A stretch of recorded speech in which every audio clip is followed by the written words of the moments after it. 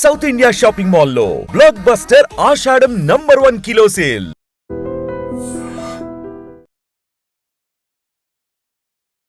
నమస్తే, welcome to I dream talking point with కవిత.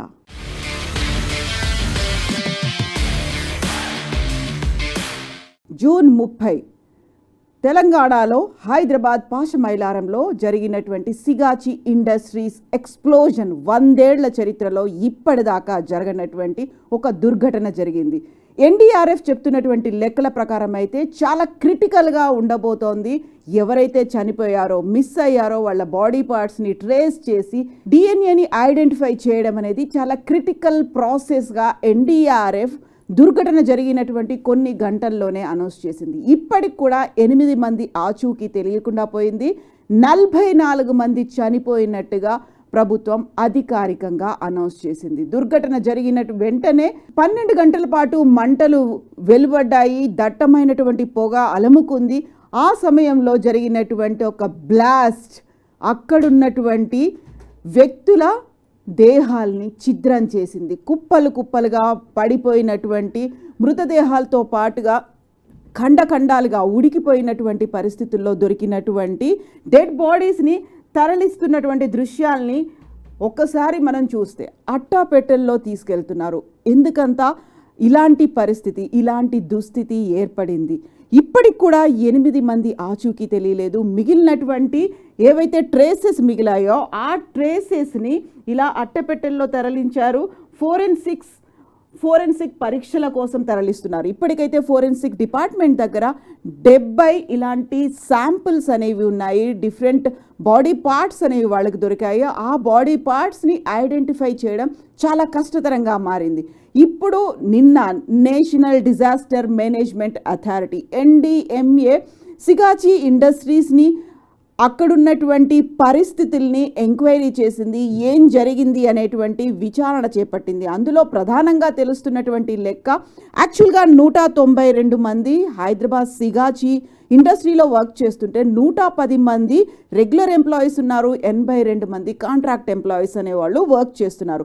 ఈ దుర్ఘటన జరిగినప్పుడు 143 మంది ఆ పరిశ్రమలో పనిచేస్తూ ఉన్నప్పుడు లెక్కల్ని బట్టి చూస్తే అయితే 143 మంది ఆ పరిశ్రమలో అగ్ని ప్రమాదం జరిగినప్పుడు, బ్లాస్ట్ జరిగినప్పుడు వర్క్ చేస్తూ ఉంటే 53 మంది చిన్న చిన్న గాయాలతో అయినప్పటికీ కూడా ఇంటికి చేరుకున్నారు. 44 మంది చనిపోయారు, 8 మంది స్టిల్ మిస్సింగ్గా ఉన్నారు, 14 మంది ట్రీట్మెంట్ తీసుకుంటూ ఉంటే అందులో 2 పరిస్థితి క్రిటికల్గా ఉంది. ఐసీయూలో వాళ్ళని అడ్మిట్ చేశారు.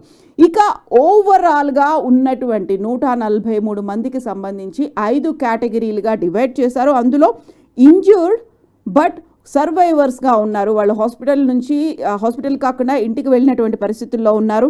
ఇంజ్యూర్డ్ పర్సన్స్ ఉన్నారు, ఇందులో క్రిటికల్గా ఉండేవాళ్ళు ఉన్నారు, చనిపోయిన వాళ్ళు ఉన్నారు, అన్ఐడెంటిఫైడ్ పర్సన్స్ ఉన్నారు, అక్కడ అన్ఐడెంటిఫైడ్గా ఉన్నారు. ఇప్పటికీ కూడా ఫోరెన్సిక్స్ సంబంధించి 70 శాంపిల్స్ అనేవి అక్కడ ఉన్నాయి. ఎట్ ద సేమ్ టైం 8 మంది మిస్ అయ్యారు కాబట్టి 5th కేటగిరీగా మిస్సింగ్ అనేది చేర్చారు. యాక్చువల్గా ఇక్కడి నుంచి ఫోరెన్సిక్ ల్యాబ్కి ఈ అట్టపెట్టెల్లో అక్కడ ఛిద్రం అయిపోయినటువంటి శరీర భాగాలు అయితే వచ్చాయి. వాటిని ఐడెంటిఫై చేయడం, DNA కోసం తరలించినప్పటికి కూడా ఐడెంటిఫై చేయడం కష్టంగా మారింది. కాబట్టి వెరీ రీసెంట్గా అహ్మదాబాద్లో జరిగినటువంటి ఫ్లైట్ దుర్ఘటన, విమాన ప్రమాదంలో ఎలా ట్రేసెస్ ఐడెంటిఫై చేశారు, DNA టెస్ట్లని ఎలా కనుక్కున్నారు అనేది తెలుసుకోవడానికి ఇక్కడి నుంచి టీమ్స్ అహ్మదాబాద్కు కూడా వెళ్ళాయి.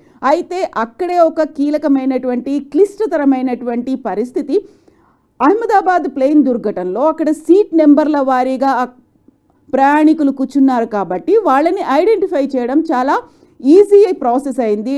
అఫ్కోర్స్ DNA టెస్ట్ చేయాల్సి వచ్చినప్పటికీ ఏ సీట్లో ఎవరు కూర్చున్నారు, ఎవరిది ఎలాంటి పరిస్థితి, ఎంతమంది అక్కడ ప్రయాణికులుగా ఉన్నారు అనేది ఐడెంటిఫై చేయడం అనేది చాలా ఈజీ అయింది. బట్ సిగాచికి సంబంధించి చూస్తే 143 మందిలో ఇప్పుడు మిస్ అయిన వాళ్ళతో పాటుగా అన్ఐడెంటిఫైడ్గా ఉన్నటువంటి ఈ పర్సన్స్కి సంబంధించి ఫోరెన్సిక్ టెస్ట్లు చేయడం అనేది చాలా కష్టంగా మారింది.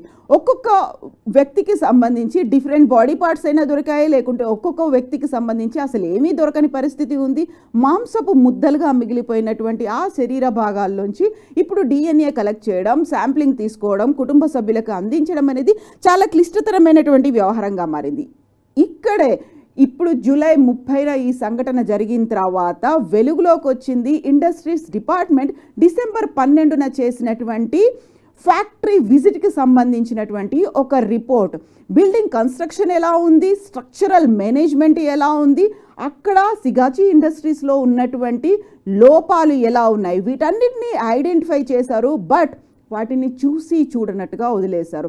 At the same time minimum maintain చేయాల్సినటువంటి ఫైర్ సేఫ్టీ నామ్స్ అనేవి కూడా మెయింటైన్ చేయకపోవడం వల్లే ఇంత భారీ స్థాయిలో అగ్ని ప్రమాదం అనేది అయితే జరిగింది అనేది డిసెంబర్ 12న ఇండస్ట్రీస్ డిపార్ట్మెంట్ ఇచ్చినటువంటి రిపోర్ట్ ఈ మధ్యన వెలుగులోకి వచ్చింది. ఒకవేళ అప్పుడే ఆ రిపోర్ట్ని బేస్ చేసుకొని సిగాచి యాజమాన్యం కనుక రెస్పాండ్ అయ్యి ఉంటే ఇంత భారీ స్థాయిలో ప్రమాదం జరగకపోయేది, 44 మంది మరణించి ఉండకపోయేవాళ్ళు, 8 మంది ఆచూకీ ఇప్పటికీ దొరకని పరిస్థితి ఉంది. కాబట్టి ఇవన్నీ అవాయిడ్ చేసినట్టుగా ఉండేది.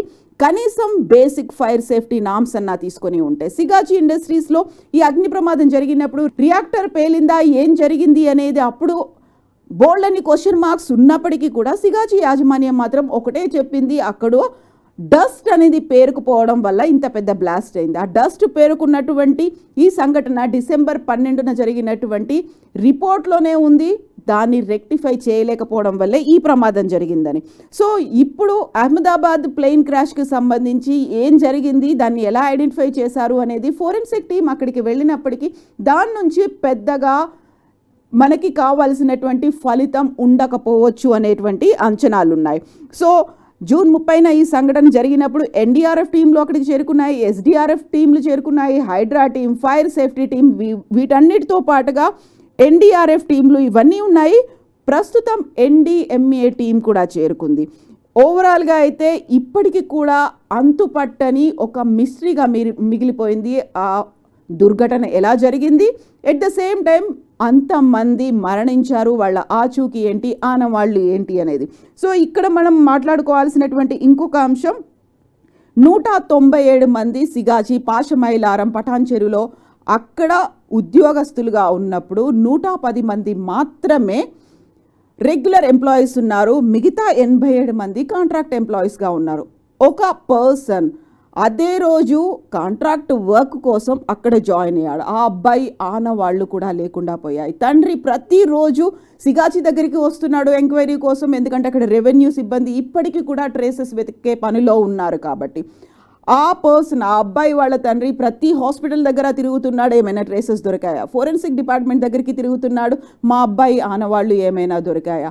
అలాంటి ఒక హృదయ విదారకమైనటువంటి సంఘటన జరిగిన తర్వాత ఇప్పటికీ సిగాచి యాజమాన్యానికి సంబంధించి ఆ పరిశ్రమ మీద తీసుకోవాల్సినటువంటి కఠిన చర్యలు ఇంకా ఎందుకు తీసుకోలేదు, ఇది ఇంకొక పెద్ద క్వశ్చన్ మార్క్గా మిగిలిపోయింది. సిగాచి పరిశ్రమనైతే 90 రోజుల పాటు క్లోజ్ చేస్తున్నాము అంటూ యాజమాన్యం అనౌన్స్ చేసింది. ఇదే వివరాల్ని, ఇదే ఇన్ఫర్మేషన్ని స్టాక్ మార్కెట్ కూడా అందించింది. బట్ నేర్చుకోవాల్సినటువంటి పాఠాలు అయితే చాలా ఉన్నాయి. ఇలాంటి సంఘటనలు మళ్ళీ జరగకుండా తీసుకోవాల్సినటువంటి చర్యలు కూడా ఉన్నాయి. 100 ఏళ్లలో ఇలాంటి దుర్ఘటనని మేము ఎప్పుడూ చూడలేదు అని ఎన్డీఆర్ఎఫ్ చెప్తున్నప్పటికీ ఒక హిస్టరీని క్రియేట్ చేసింది, ఒక బ్లాక్ మార్క్గా మిగిలిపోయింది. ఇలాంటి సంఘటనలు జరగకుండా చూసుకోవాల్సినటువంటి బాధ్యత అటు పరిశ్రమల మీద, ఇటు డిఫరెంట్ డిపార్ట్మెంట్స్ మీద కూడా ఉంది. ఒక కలెక్టివ్ రెస్పాన్సిబిలిటీ తీసుకోవాలి. బట్ అక్కడ బాధితులుగా మిగిలిపోయింది మాత్రం ఒక సామాన్యమైనటువంటి సగటు వ్యక్తి. ఇన్ని కుటుంబాలు రోడ్డున పడేటువంటి పరిస్థితి వచ్చింది. సో దీనికి సంబంధించి ఇప్పటికైతే అన్ఐడెంటిఫైడ్గా 8 మంది ఉన్నారు, మిస్సింగ్ అయ్యారు, డెడ్ బాడీస్ ఉన్నాయి. వాటికి సంబంధించి ఏం చేయాలో అర్థం కాని పరిస్థితుల్లో నెక్స్ట్ ఎంత కాలం పడుతుంది ఈ 8 మందిని ఐడెంటిఫై చేయడానికి? గంటల తరబడి, రోజుల తరబడి అక్కడే ఎదురు చూస్తున్నటువంటి కుటుంబ సభ్యుల ప్రశ్నలకి ఆన్సర్స్ ఎవరిస్తారు? మీరేమనుకుంటున్నారు? యాక్చువల్గా ఈ మొత్తం ఎపిసోడ్లో ఎవరి లోపం ఉందని మీరు అనుకుంటున్నారు? ఏం జరగాలి, ఎలాంటి శిక్షలు ఉండాలి? కామెంట్స్ రూపంలో తెలియచేయండి. నిజంగా ప్రస్తుతం ఉన్నటువంటి సమాజం దేనికి ప్రయారిటీ ఇస్తుంది? ఆర్థిక సంబంధాల చుట్టూ మాత్రమే తిరుగుతుంది. మళ్ళీ ఎన్నికలంగానే చాలా విరక్తి కలుగుతాం. మంచి అనిపిస్తుంది కదా, లేడీస్ కూడా ఛాలెంజింగ్ జాబ్స్ చేసినప్పుడు చాలా బాగుంటది. ట్రాఫిక్ అసిస్టెంట్స్ గా నియమించిన ట్రాన్స్జెండర్స్ అందరితో సాల్యూట్ చేయించుకుంటున్నారు. ఫుడ్ డెలివరీ ఇవ్వటానికి వెళ్ళినటువంటి డెలివరీ బాయ్ అనిల్ పై కళ్ళ ముందు